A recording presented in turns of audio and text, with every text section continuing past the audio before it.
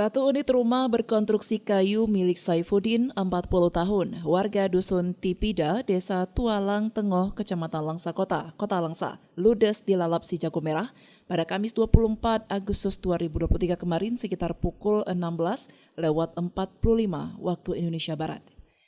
Kejadian tersebut bermula ketika muncul percikan api dari kompor gas dan meledak serta menghanguskan seisi rumah. Api berhasil dipadamkan sekitar pukul 18:30 waktu Indonesia Barat dengan mengerahkan 4 unit mobil pemadam atau damkar dan 1 unit mobil penyuplai air, dan kerugian ini diperkirakan mencapai puluhan juta rupiah. Kasih Kebencanaan BPBD Kota Langsa, Syahrial, mengatakan saat ini pihaknya telah memberikan bantuan masa panik dan bantuan material lainnya kepada korban. Ia juga berharap agar kiranya bantuan yang telah diberikan dapat sedikit meringankan beban korban. Sedang kita pasang tenda keluarga. Ya. Untuk ini karena kebakaran tadi malam nih. Jadi pemilik rumah korban ini untuk sementara ya di tenda ini. Untuk dalam masa panik, Pak? Untuk masa panik, penanganan masa panik ya.